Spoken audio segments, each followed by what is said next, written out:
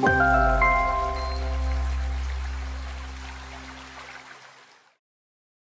greetings, everyone. Today is the 21st day of the first month on God's calendar. It's the second of the 7 annual holy days declared by God for His people, of course. And today, of course, is the 7th day of the Feast of Unleavened Bread. And it's also the last day of the Feast of Unleavened Bread. But for the next few hours, we're still observing it. Tomorrow, we can all start eating leaven again and not be required to eat unleavened bread each day as we have been. Now, actually, this will occur at sunset tonight. And that's just a few hours from now for most of us. Then we'll begin our weekly Sabbath day. So we have 2 Sabbath days in a row. Now, I stated on the first day of the feast that although we do the best we can to remove the leaven from our homes, we occasionally find some we missed. I said that it was like sin, and that we sometimes think we've removed all the sin from our lives, only to occasionally discover that we missed or overlooked some leaven or some sin. So I'm a little afraid that the implication from that could have some of us thinking, that is, that we may have been 100% successful in eliminating all the leaven from our dwellings. And that further implies that some of us might be 100% successful in removing all the sins from our lives.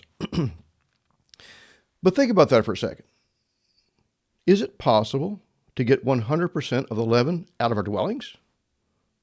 And is it possible at this time to get 100% of sin out of our lives completely? Well, to answer the first question about the leaven, we might be able to remove all the visible leaven from our dwellings when we see it, but what about the leaven we just don't see? Yeast spores, which are leavening agents, are actually floating in the air all around us. They're much too small to notice without some type of optical aid, but they're still there. So even if we eliminate all the leaven we can see, these spores are still present in our homes. I'd like to quote from an article I found online about the yeast floating around in our air. I got this from instructables.com/catching wild yeast and making sourdough. Let me read this to you. Quote, hundreds of years ago, before there was packaged yeast, bakers used sourdough starter to keep a supply of yeast alive and handy. They kept a pot of live culture in a flour-water medium and fed it daily or weekly so that the yeast remained alive and active. To understand how sourdough starter works, let's look at how you can create a batch of starter using live yeast that is floating in the air. To start a culture, mix 2 cups of flour and 2 cups of water in a glass or pottery bowl. In the old days, a baker probably had a special clay crock for starter.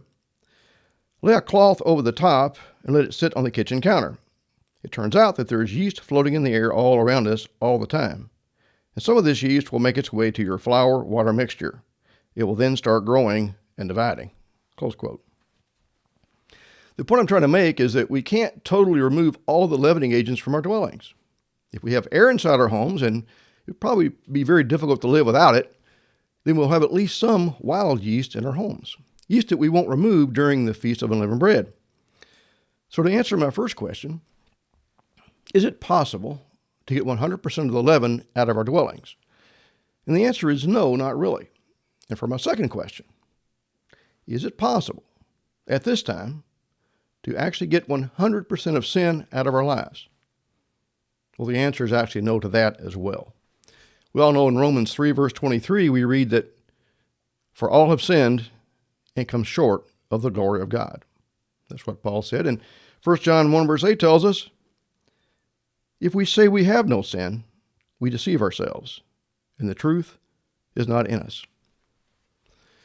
Just as it is impossible to remove the leaven completely out of our homes right now, it's also impossible to remove all the sin from our lives. But we should strive to do so, to do the best we can to eliminate both. We know that sin is a transgression of God's law. Now, there are some that actually teach that since we can't keep God's law perfectly anyway, we shouldn't even try.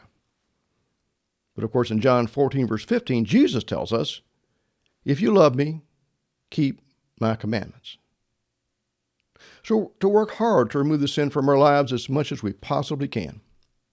Like the unseen leaven in the air, we'll always have some sin in this life, but our goal should be to remove as much as possible. I hope the removing of the leaven from our homes for the past week has helped us to understand how very pervasive that sin really is, and that it's helped us to realize just how hard we need to work and look for the sin in our lives and then eliminate it as much as we can. But we should also never become puffed up and believe that we're completely without sin in this world. Per 1 John, if we say we have no sin, then we deceive ourselves and the truth is not in us. And if we were to discover every sin we had and repent of every one of them, like the leaven floating in the air, sin's ready to come right back to us, seemingly out of nowhere. We won't even see it coming, but it'll be there.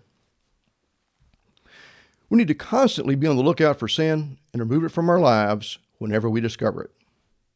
And I'd like to thank one of our regular viewers for reminding me about the yeast borers that are around us all the time, but go unseen, kind of like our sin does the same thing. We really appreciate all the comments and feedback from all of you. And also I wanted to mention that the eating of the unleavened bread each day during this feast reminds us of our Savior, Jesus Christ, who was without leaven or without sin. He was our example in all things. As we take into our bodies the unleavened bread each day during this feast, I hope this reminds us all to take in the words and the examples of Jesus Christ and strive to become more like him. So I think we all understand the concept that when we go through the exercise of removing the leaven from our lives, or at least doing the very best we can to do it, we understand why we do it. But today, I'd like to talk about some other aspects of this time of year on God's calendar. This day, according to Jewish tradition, marks the day of the Red Sea crossing. Well, the Bible doesn't really directly indicate that the Red Sea crossing was on the 21st day of the first month, but it does give us clues as to when it may have occurred.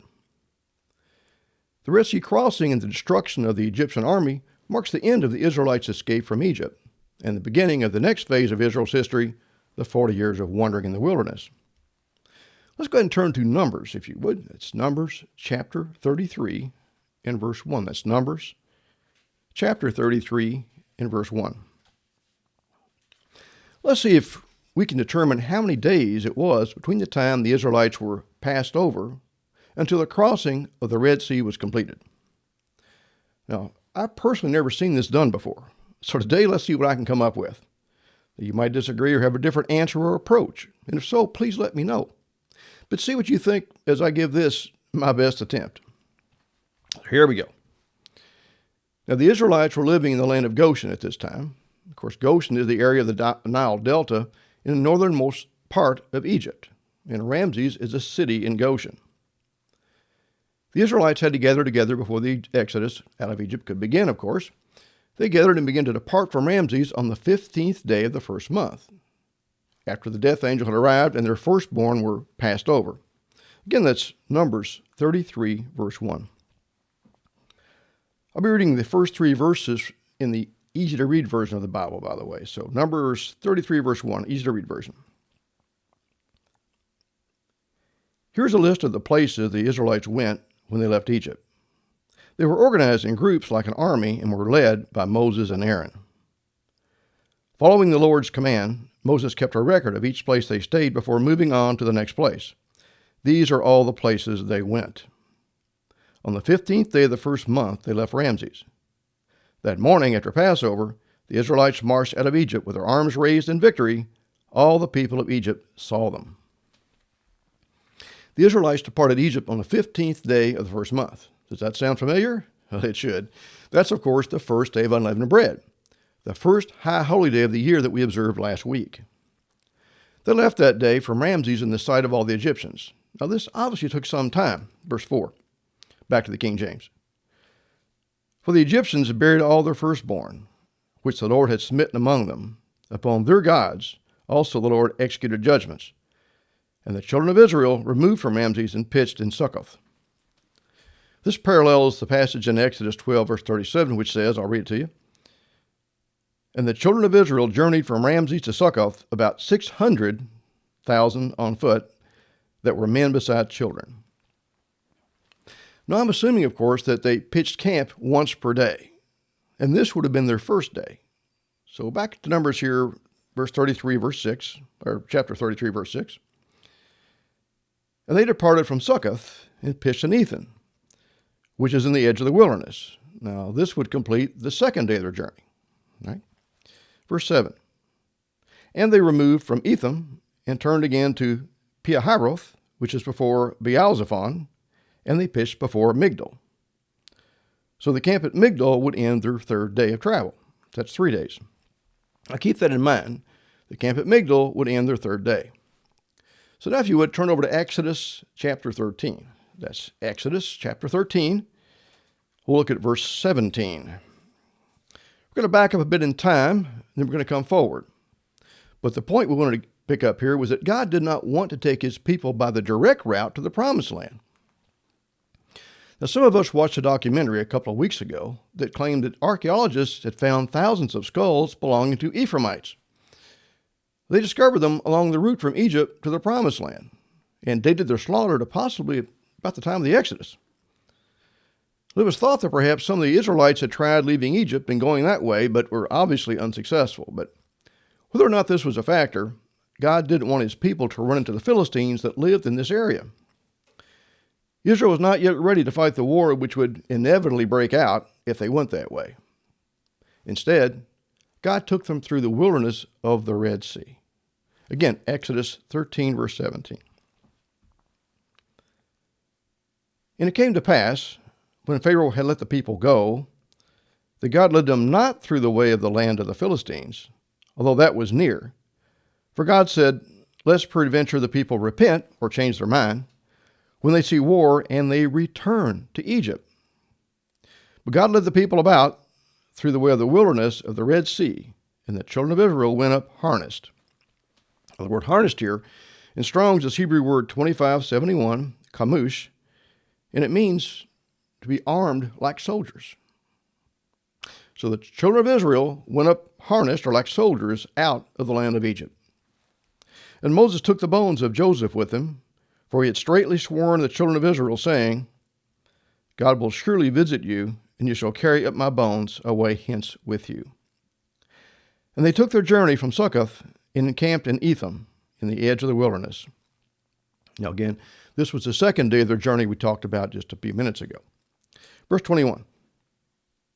And the Lord went before them by day in a pillar of cloud to lead them the way, and by night in a pillar of fire to give them light to go by day and night. Now the Israelites were in a bit of a hurry to get out of Egypt. Egypt controlled a very large area. To reach the border and cross out of Egypt's territory would still be taking some time. The pillar of fire and the pillar of cloud provided light by night and cover by day. That allowed the Israelites to travel during the day and during a good part of the night until they were able to leave Egypt's territory. Verse 22. He took not away the pillar of the cloud by day, nor the pillar of fire by night from before the people. Now, the next camp we'll find in Exodus 14, verse 2. Our next verse begins a new chapter in the Bible. That's Exodus 14, verse 1. So let's go there. And the Lord spake to Moses, saying, Speak unto the children of Israel, that they turn into camp before Pihahiroth, between Migdol and the sea, over against Baalzephon, before it shall you encamp by the sea. So this would be the end of their fourth day. Their camp at Migdol was the third day, if you recall.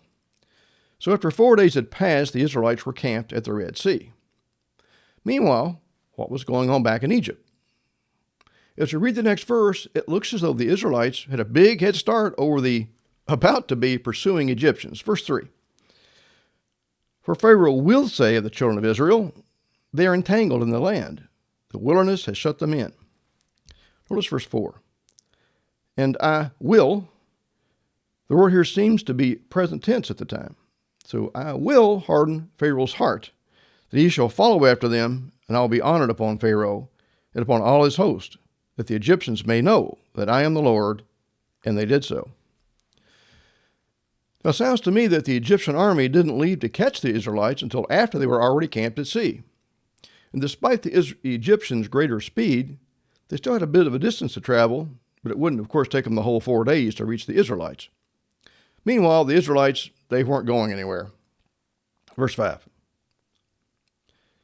And it was told the king of Egypt that the people fled.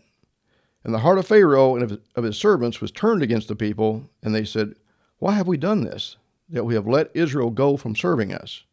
And he made ready his chariot and took his people with him. Drop down to verse 9, if you would, verse 9.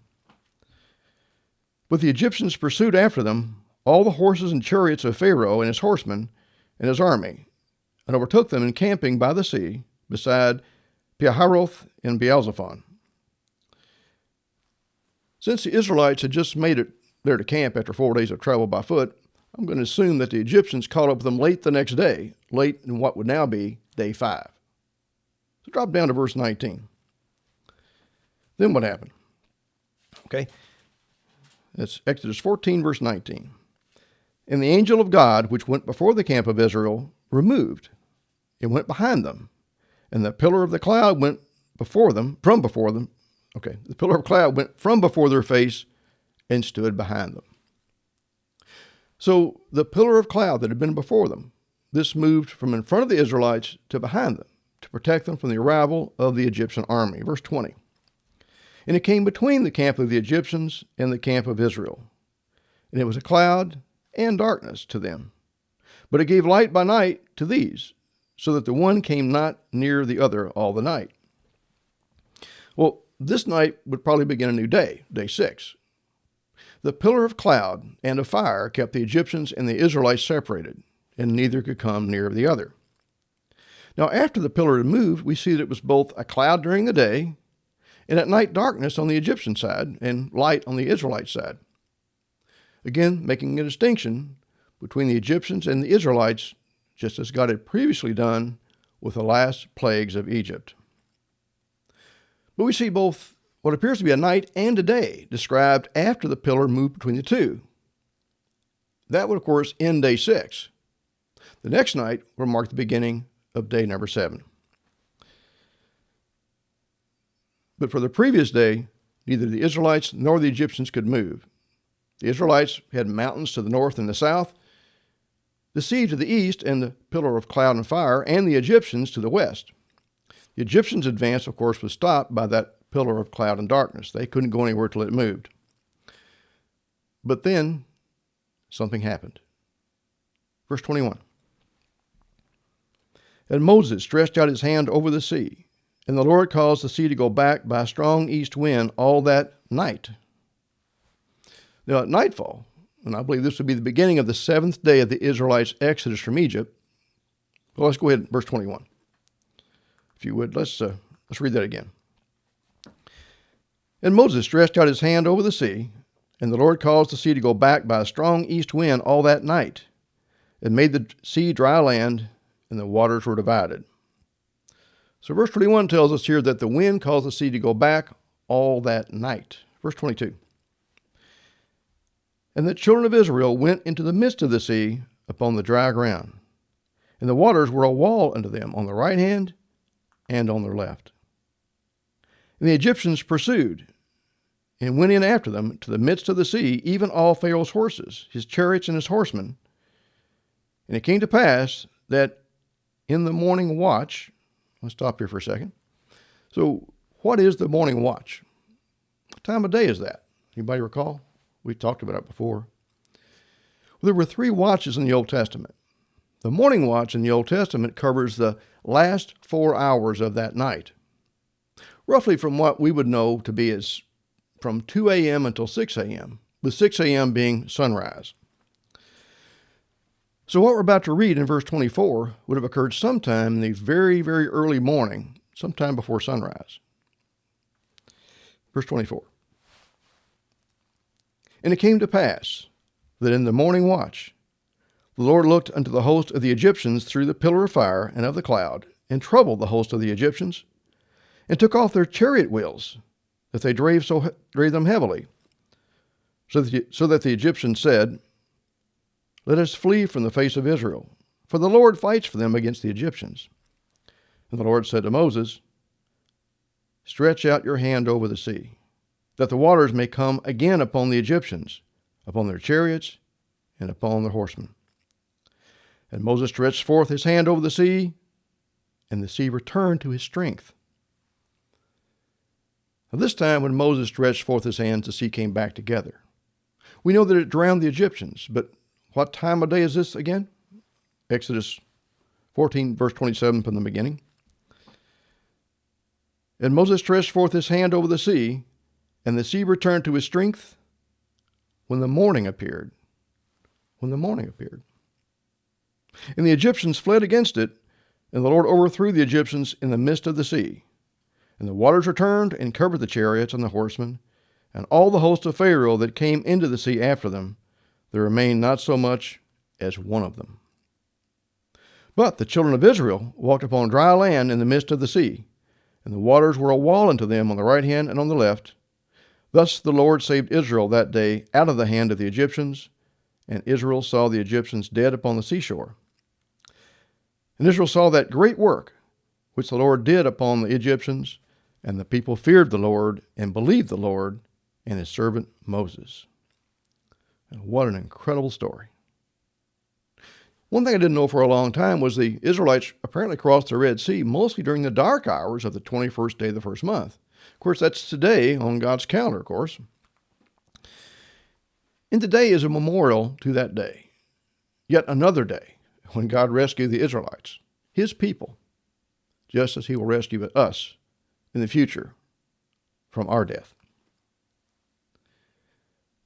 So on the 15th day of the first month, Israel left from Ramses and traveled to Succoth.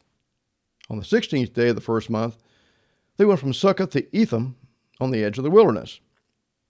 On the 17th day, they traveled from Etham to Peorath. On the 18th day, they went from Peorath to Migdol. On the 19th day, they made it to the edge of the sea to camp. They couldn't move forward. On the 20th day, the Egyptian army left and caught up with them, likely near the end of the day. They saw the pillar of cloud and the pillar of either darkness or light, depending on which side you were on. This obviously lasted for a day if both had a day and night described here. On the next night, which began the 21st day of the first month, God sent a strong wind all night to part the Red Sea, and he made a dry path for the Israelites to cross.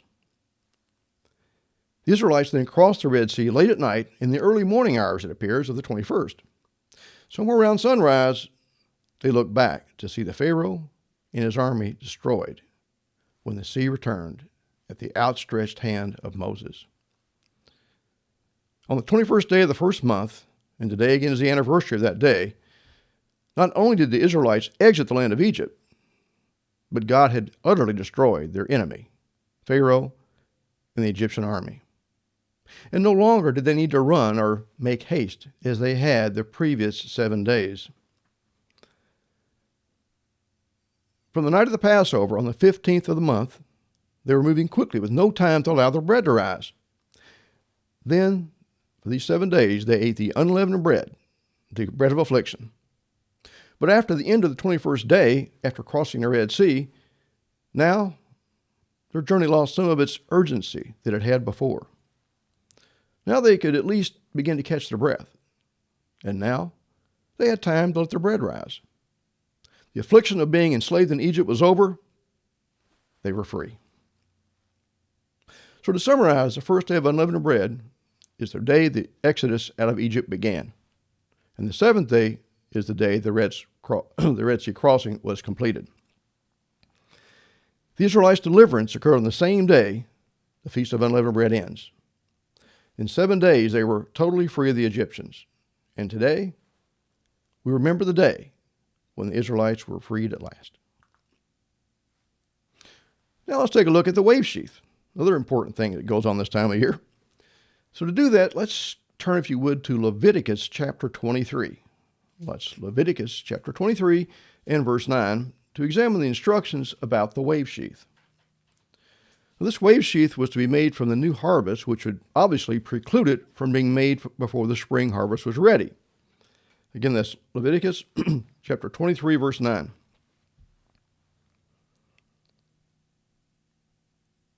And the Lord spake unto Moses, saying, Speak unto the children of Israel, and say to them, When you be come into the land which I give to you, and shall reap the harvest thereof, then you shall bring a sheaf of the firstfruits of the harvest unto the priest. And he shall wave the sheaf before the Lord to be accepted for you. Now, when shall he wave it? Let's see. On the morrow after the Sabbath, the priest shall wave it. So this would be the day following the Sabbath. Verse 12. And you shall offer that day when you weigh the sheaf a he-lamb without blemish of the first year for a burnt offering to the Lord. That sounds a little familiar. Verse 13. And the meat offering thereof shall be 2/10 of fine flour mingled with oil, an offering made by fire unto the Lord for a sweet savor. And the drink offering thereof shall be of wine, the 4th part of a hin. And you shall eat neither bread, nor parched corn, nor green ears, until the selfsame day that you have brought an offering unto your God.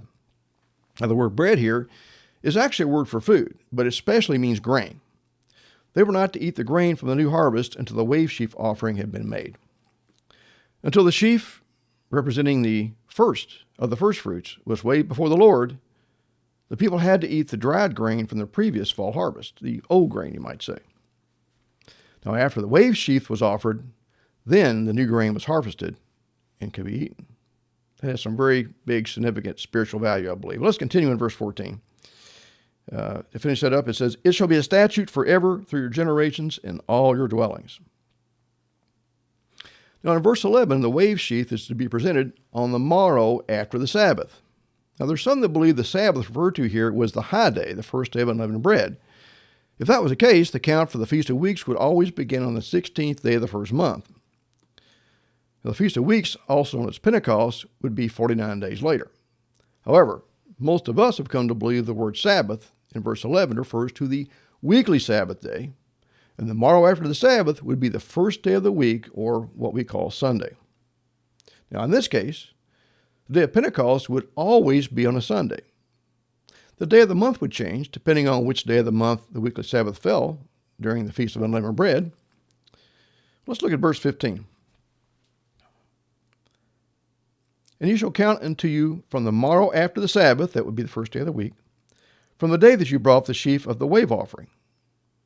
So we're bringing the sheaf of the wave offering on the morrow after the Sabbath, or Sunday. 7 Sabbaths shall be complete. Even unto the morrow after the 7th Sabbath shall you number 50 days, and you shall offer a new meat offering unto the Lord. So 7 weeks is, of course, 49 days. The morrow after the Sabbath would make that the 50th day, which is where we get the word Pentecost, meaning count 50. This explanation of counting Sabbaths is counting weeks. So the morrow after the Sabbath would be the day after the weekly Sabbath, or again, the first day of the week, or Sunday. Verse 17. You shall bring out of your habitations 2 wave loaves of 2/10 deals. They shall be of fine flour.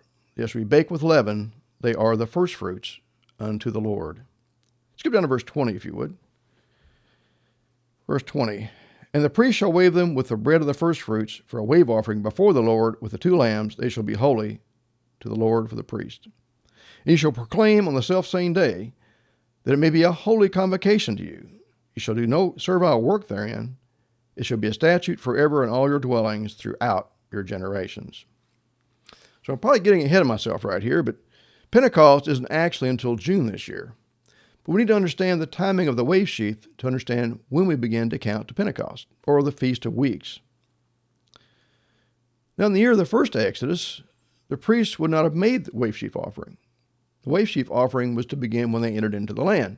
Looking back at verse 10, Leviticus 23, verse 10, tells us, again, Speak to the children of Israel and say to them, When you be come into the land which I give to you, and shall reap the harvest thereof, then you shall bring a sheaf of the first fruits of your harvest unto the priest.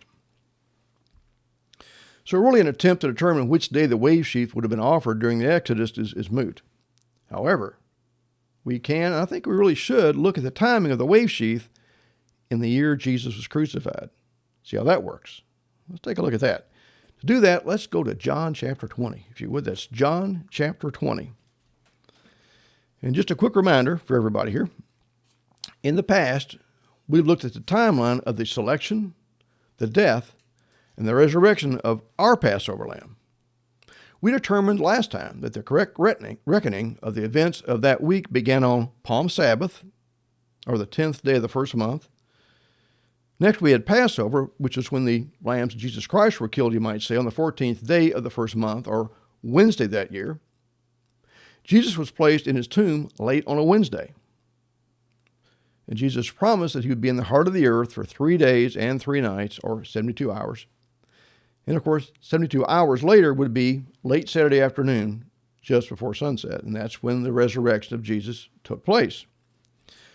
The next day would be Sunday, the first day of the week, the morrow after the Sabbath. Let's pick up the story in John chapter 20, verse 1. John chapter 20, verse 1. You're probably familiar with this. Let's take a look at it. And this is after Jesus' crucifixion, of course. The first day of the week came Mary Magdalene early, when it was yet dark, under the sepulchre, and saw the stone taken away from the sepulchre. Then she ran and came to Simon Peter, and to the other disciple whom Jesus loved, and said to them, They have taken away the Lord out of the sepulchre, and we know not where they have laid him. Peter therefore went forth, and the other disciple, and came to the sepulchre. So they ran both together, and the other disciple did outrun Peter, and came first to the sepulchre. And he, stooping down, looking in, saw the linen clothes lying, yet went he not in. Then came Simon Peter, following him, and went into the sepulchre, and saw the linen clothes lie. And the napkin that was about his head, not lying with the linen clothes, but wrapped together in a place by itself. Then went in also that other disciple, which came first to the sepulchre, and he saw and believed. For as yet they knew not the scripture, that he must rise again from the dead. Then the disciples went away again unto their own home. Now Mary saw the stone was rolled away, and ran to tell the other disciples. They all ran back to the tomb, confirmed what Mary said, then the men went away. Verse 11. But Mary stood without at the sepulchre weeping, and as she wept, she stooped down and looked into the sepulchre, and saw 2 angels in white sitting, the one at the head and the other at the feet, where the body of Jesus had lain. And they said to her, Woman, why weep you? She said to them, Because they have taken away my Lord, and I know not where they have laid him. And when she had thus said, she turned herself back and saw Jesus standing, and knew not that it was Jesus. Jesus said to her, Woman, why weep you? Whom seek you? She, supposing him to be the gardener, said to him, Sir, if you have borne him hence, tell me where you've laid him, and I will take him away. Jesus said to her, Mary. She turned herself and said to him, Rabboni, which is to say, Master. Jesus said to her, Touch me not. I guess before she had a chance to touch him, he said, Touch me not, for I am not yet ascended to my Father. But go to my brethren and say to them, I ascend to my Father and your Father, and to my God and your God. Jesus told Mary not to touch him because he had not yet ascended to the Father. But he told her he was going to the Father, and go tell this to his brethren. And of course, as promised, Jesus did ascend to the Father. What happened afterward? Verse 19. This is the same day, of course, the first day of the week. Then the same day at evening, being the first day of the week, first day of the week is Sunday, of course, when the doors were shut, where the temple disciples were assembling for fear of the Jews, came Jesus and stood in their midst, and said to them, Peace be unto you. Now, Luke 24 gives actually some more details about this meeting. If you would, let's go ahead and turn over to Luke 24, if you would. That's Luke 24, and we'll look at chapter 36. Now, remember, previously, Jesus told Mary that he had not yet ascended to heaven. But it appears that by the time Jesus visited his disciples later that day, he had ascended to the Father. In fact, that's because he had become accepted as the wave sheath. Luke 24:36. As they thus spake, Jesus himself stood in the midst of them and said to them, Peace be to you. But they were terrified and afraid, and supposed they had seen a spirit. And he said to them, Why are you troubled? And why do thoughts arise in your hearts? Behold my hands and my feet, that it is I myself. Handle me and see. Here Jesus invites the disciples to touch him now. Now here it is, later the first day of the week, and it's now okay for the disciples to touch Jesus because at that point he'd ascended to the Father just as he'd promised Mary. So on that Sunday, Jesus became our wave sheaf and was accepted by the Father. And as usual, like all the other spring holy day shadow pictures, Jesus fulfilled the timing of the wave sheaf offering perfectly. He is the first of the first fruits. But what exactly is a first fruit? Well, it might be obvious that the first fruit is the first of the produce that ripens and is ready for harvest. But for a better understanding, let's look back at Exodus 13, verse 11. If you would, let's turn over to Exodus chapter 13. We'll look at verse 11. Now here Moses is giving Israel instruction about how to observe the Passover after they come into the land. It's a memorial of the day the Lord brought Israel out of Egypt, but it is also a memorial of the firstborn. Again, Exodus chapter 13, verse 11. And it shall be when the Lord shall bring you into the land of the Canaanites, as he sware unto you and to your fathers, and shall give it to you, that you shall set apart unto the Lord all that opens the matrix. Now, the matrix here means the womb. And every firstling that comes of a beast which you have, the male shall be the Lord's. And every firstling of a donkey that you shall redeem with a lamb. And if you will not redeem it, then you shall break his neck. And all the firstborn of man among your children shall you redeem. The word redeem here means to purchase or buy back. Verse 14. And it shall be when your son asks you in time to come, saying, What is this? That you shall say to him, By the strength of hand that the Lord brought us out of Egypt from the house of bondage.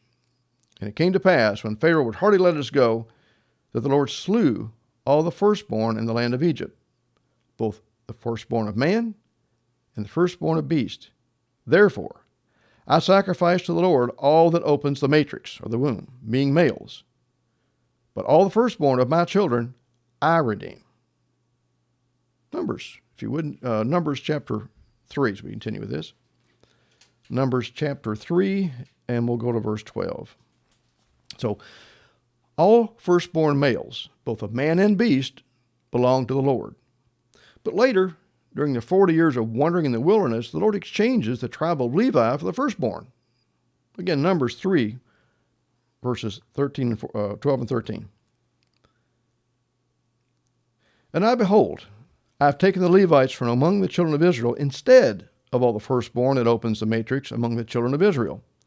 Therefore the Levites shall be mine. Because all the firstborn are mine, for on the day that I smote all the firstborn in the land of Egypt, I hallowed unto me all the firstborn in Egypt, both man and beast. Mine shall they be. I am the Lord. So the first fruits of the land then belonged to the priests and their families, because they had no land allotted to them. It was the duty of the rest of the nation of Israel to provide for the Levites by bringing the first fruits of the land to them. God claimed the tribe of Levi in the first fruit provision for them to be his. Now, Jesus was the firstborn son of his father, and he became our Passover lamb. By his resurrection, Jesus became the firstborn of the dead. As the firstborn, he belongs to the Father. He was presented to the Father as our offering, the very first of the firstfruits. He was the firstborn, dedicated to the Father. He was our Passover lamb. He fulfilled the requirements in every detail to be able to redeem all of us. The 144,000 mentioned in Revelation is also called the firstfruits. In fact, let's turn over there, if you would, to Revelation chapter 14. That's Revelation chapter 14. We'll begin in verse 1.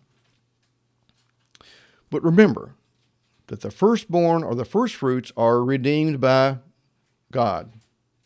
They belong to him because God spared the firstborn of Israel from death. Now, God took the Levites as his possession in exchange for the firstborn of all of Israel. But what about the firstborn as spirit beings, the firstborn of the dead? Do they have to be redeemed too? Again, Revelation 14, verse 1. Let's see what it says. This, of course, is talking about those in the first resurrection, often mentioned as the 144,000. So let's read Revelation 14, verse 1. What did John see? And I looked, and lo, a lamb stood on the Mount Zion, and with him 144,000, having his Father's name written in their foreheads. And I heard a voice from heaven as the voice of many waters, and as the voice of a great thunder. And I heard the voice of harpers harping with their harps. And they sung as if it were a new song before the throne, and before the four beasts and the elders. And no man could learn that song but the 144,000 which were redeemed from the earth. These are they which are not defiled with women, for they are virgins. These are they which follow the Lamb wherever he goes. These were redeemed from among men, being the firstfruits unto God and to the Lamb. Jesus is the very first of the firstfruits. The 144,000 of the first resurrection are the rest of the firstfruits that will be redeemed from the earth. We just saw that. Of course, we know after that the rest of the dead will be resurrected at a later time. But they won't be known as firstfruits. There'll be much larger main harvest when the majority of mankind will be resurrected. The firstfruits include Christ, the very first of the firstfruits, the 144,000 that will be redeemed from the earth that make up the rest of the firstfruits. Let's go ahead, if you would. I wasn't going to do this. Let's go ahead and turn over to Hebrews chapter 9. We're going to read verses 11 and 12. That's Hebrews chapter 9. Now, just as the firstborn of Israel belonged to God and were redeemed by or purchased by the blood of a lamb, Jesus Christ, our Passover lamb and the firstborn of the dead, was redeemed from the grave, you might say, according to Hebrews 9, verse 12, by his own blood. Again, Hebrews 9, verse 11. But Christ became a high priest of good things to come, by a greater and more perfect tabernacle, not made with hands, that is to say, not of this building. Neither by the blood of goats and calves, but by his own blood. He entered once into the holy place, having obtained eternal redemption for us. So at the first resurrection, the 144,000 will also be redeemed from the earth, purchased by the blood of that same Lamb, our Messiah, Jesus Christ. Okay, back to the wave sheaf in the day of Pentecost. The count from the wave sheaf to Pentecost is fairly easy to calculate. We just begin the count from the weekly Sabbath day that falls during the Feast of Unleavened Bread. We then move ahead 7 weeks and 1 day. That's 50 days, and it'll always end on a Sunday. For example, this year, Pentecost will be on Sunday, June 5th. Is there a future fulfillment of the days of unleavened bread? Could something happen in the future as well? Well, the Bible doesn't exactly say. We should always continue to study, pray, and watch as Jesus taught us. There may be more. Let's sum up what we've covered today, though. The Israelites ate unleavened bread, their bread of affliction, for 7 days, from the 15th day of the first month until the end of the 21st day of that same month. From the day they left Egypt in haste until the day they were free of Egypt, the day they crossed the Red Sea. We eat unleavened bread to commemorate the hardships of their journey. The journey out of Egypt representing leaving sin behind. Those first 7 days after leaving Egypt were critical, and many were afraid and ready to go back to Egypt and back to sin.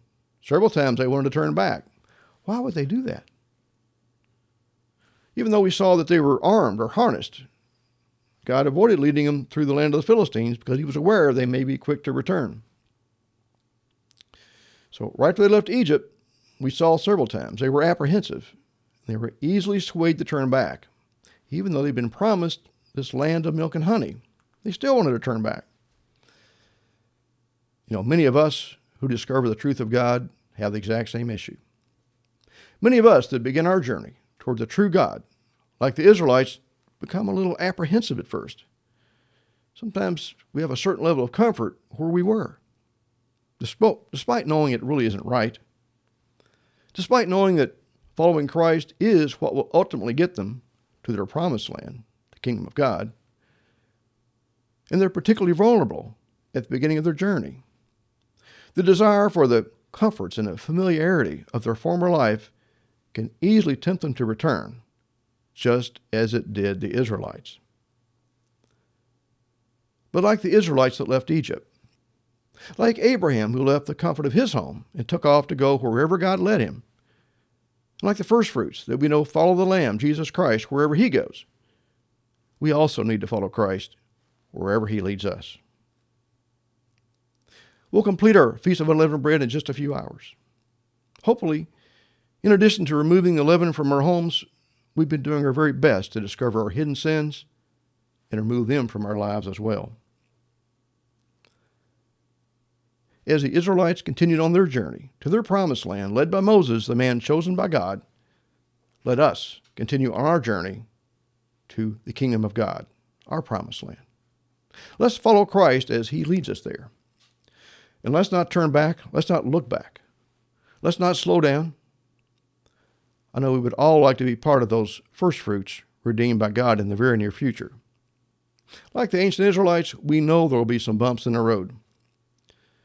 We know that there are some parts of the Bible where its meaning isn't perfectly clear to all of us, at least not yet anyway. We should never let any minor disagreements cause us to split with brethren or discourage us. What we really need to do is to diligently study and pray for more understanding, and I believe we'll be given it.